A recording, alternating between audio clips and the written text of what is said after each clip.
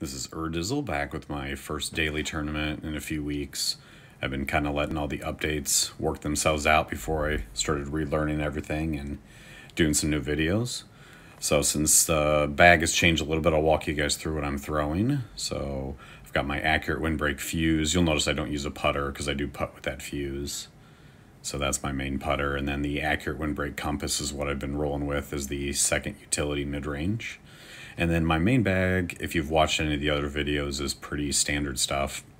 I've got my accurate windbreak river, which I used all the time. I prefer that over the Explorer, and the accurate windbreak musket as well. So those were two staples in my old bag that have not changed. And then the accurate glide musket, which I really enjoy, but it can never really crack the top 6 in previous versions, but it has now. And then the wind glide recoil, which a lot of people don't throw, but I love that disc. And then even though it was nerfed a little bit, the light glide ballista is still very useful for the high trajectory. And then I have swapped in the skip glide ballista instead of the light skip. I just feel it's a little more reliable and a little longer. And then another one of my favorites that used to be my main ballista was the wind glide. So that's my 9 discs I throw. And hole 1, the muskets with the added distance and then recent updates have gone a little bit further than I like, so I actually throw a forehand musket on this one, and with the accurate glide it's the perfect distance. So that's what I've been transitioning to a lot of with the forehands. And hole 2, same thing, forehand. The added distance, the river goes a little bit too far, and so I actually throw a forehand river, and usually it slides up a little bit. That one kind of caught and left me a little bit further than I liked, but 500 to 3 is still reasonable. Just aim a little lower. Even with the nerf distance, the light glide ballista is plenty of disc to get there. And so luckily I hit on the front side of that, so it kind of slowed it down a little bit and just gave me a very easy eagle putt. So 2 for 2 to start.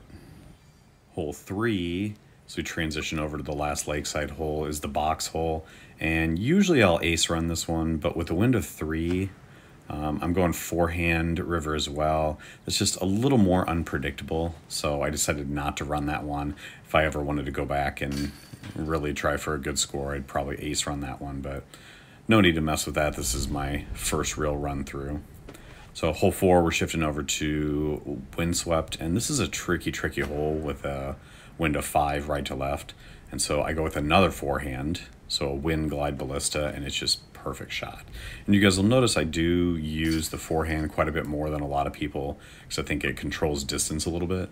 The forehand in general is about 80 to 85% of a backhand throw. So if you're kind of in between discs and you're wanting to shorten things up a little bit, it's nice to go forehand. Hole 5 here, I will usually go river to ace run that one, but with the tailwind of 3, I was a little concerned about going long, so I just ended up going with the fuse, and that worked out nicely. Again, similar to the box hole, I just decided not to ace run it first time through. Then hole 6, this is an extremely difficult wind, so a right to left headwind of 4. I decided to go with the glide skip ballista, hoping that it'll kind of punch through the wind a little bit, and it does, but I left it a little left, and that is definitely not an easy shot. So 84 feet with a headwind of 4, I take out my trusty fuse, and I was able to dial in the distance. That was a tricky shot, but I was pretty happy with that. So pretty good start so far. Then we shift over to crow's nest for holes 7 through 9, and I actually prefer a left to right wind on this one. I find, so that was my accurate windbreak musket. I find with right to left winds, the discs kind of tail a little on me. And so if I threw my musket with a right to left wind, I'd end up over the hill. And so I'd have to switch over to the river. So the fact that it was blowing to the right was perfect for me. And so 49 feet, I'm definitely not throwing that with a 3 wind. That's a pretty easy putt, even slightly uphill. Hole 8, this is another one. This is the 3rd one in this round where I'm just not ace running this. I switch over to my compass, just a little forehand. And this is one where I used to throw the river, but the river and Explorer tend to slide a little long at times. And so I've been switching to my fuse or my compass, so that's pretty easy. And then hole 9, the ledge, this is one I really want to eagle.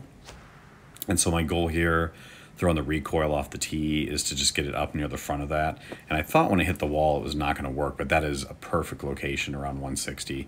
And so this one I'm pretty confident in that I can make half the time. And so I lined it up, and I think the wind kind of pushed a little to the right, so I had the the distance and height, everything perfect. It was just a little to the right. So I had to settle for a birdie on this one. And I've actually had that roll off a cliff quite a bit more than I had in past updates, so a little more ground play. But yeah, so 19, ended up with 13 under. I was pretty happy with that. There's still a few strokes out there if you want to ace run the box hole and a couple of the other ones, but I think that'll be all for me, and hopefully it gives you guys some ideas when you run through it on your own.